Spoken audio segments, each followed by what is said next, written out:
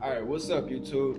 We're gonna discuss some issues you might have with high drive, high libido, being overly ambitious and things like that. And just let me give you brief tips within this, but this will be like your main problems within those scenarios. So you might find yourself and be wondering why, kind of confused all the time. I'm out of balance, too energized, and there's such things as that. You can be that. So we're gonna discuss that in this video. So pay attention.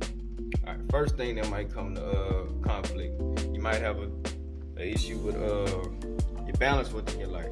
Usually when you have a high drive or being overly ambitious about things, sometimes you can struggle to find balance with certain things. Struggle to get over aggressive, get frustrated, unfocused, and things like that.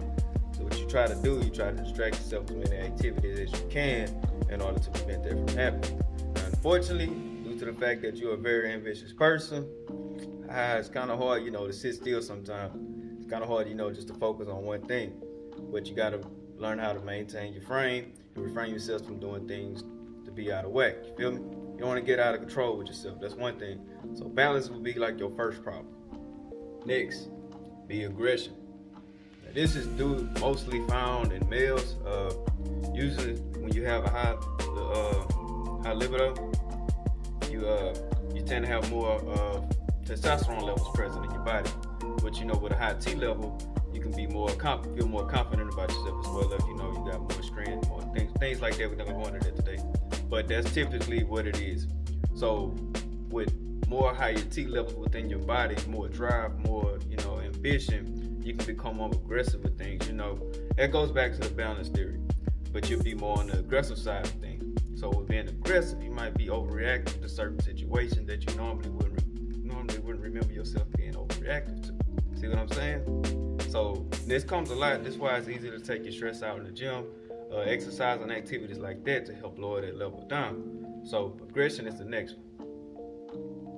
Okay, next. This will be urges. Now this is gonna get to the intimate part of this, the conversation. When I say by urges, this means when your hormones are acting, when you're thinking about, sex or any type of things like that. So you tend to have more urges within those thoughts. You feel me? This would be throughout the day, throughout the night, anytime. It just comes with, the fact that your hormones are producing a lot more than what they normally produce. This is what my guys, when I preach the no fap scenario, this is pretty much the most common thing that happens, and they always question me about, like, damn, how you just control the urges?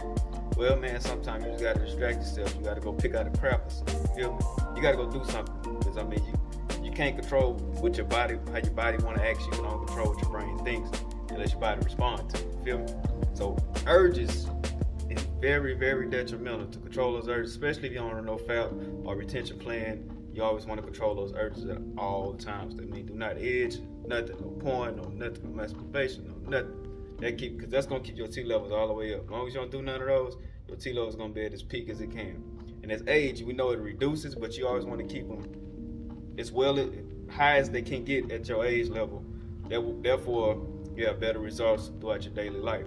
So urges was that one. So the next one will be hypersexuality.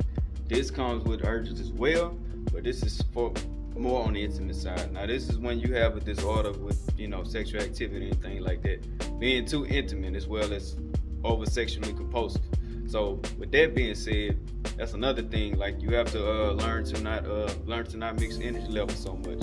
But if you're addicted to that type of activity, then that can be a problem and keep distracting you from your daily goals within life. That's why it's best sometimes you need just to isolate yourself and things like that away from the people. Learn new things, learn new traits and things. I always preach that because that really helps with the life we live now. As fast as life moves today, being distracted by some type of craft, in type of environment, something different, that really helps. So hypersexuality, you just have to learn to control it. Don't be addicted to it or anything like that. If you are addicted, seek help, because that that's critical to the mind state. That can destroy some mental balance within yourself. So you always want to make sure you're stable up here. So next, this is basically within the physical fitness realm. We call this overtraining. Now people would say overtraining, yeah, that can be bad, but at the same time, what's the bad part about working out? Was certain things are doing too much. You can push your body too far to where you pretty much injure your energy levels for a bit. And usually with high libido, you tend to be peaked out on energy level so long, then it comes down a little bit to where you're able to, try to recover sometimes. But after you like work out and things, sometimes it can stay high and high and make you think you're Superman at times. Well, we see this a lot in the gym where people go to gym 6 days a week, but they're not getting no effective exercise. And you see them doing the same exercise over and over and over and over and over and over. And that's just draining their body mentally and physically. Then they come in next time and they can't be productive. That's why sometimes it's not best to go to the gym every single day, but cut your days short on certain workouts you do. Like one day you might do just strictly cardio exercise, plyometrics and things like that. Then you might go to lifting, then strength training and things like that.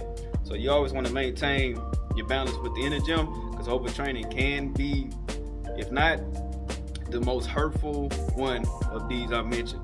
Just because your body, once you overtrained, you're real tired all the time, you're unproductive, unfocused, numerous things, man. You don't eat right. You basically feel like you're in depression slump, but you don't want to get that way, so you try to keep your mind outside the gym sometimes. So you got to focus that energy elsewhere. So with that being said, overtraining is one of them. Next, now this one's for my women. Usually, women, like I say, they produce. We're dealing with a high libido. It's not so much, it's a drive with it. It's just you have more testosterone production in your body, more HGH hormone. Women mostly produce estrogen. They produce testosterone in lower amounts, as well as each human. As a male, you produce it in much more amounts, but women is kind of low. Usually, you see women. They might, like bodybuilder women, they might take supplements that increase that type of level. They might be on some type of steroid or anything like that, supplements or anything. We're not going to go into detail on that.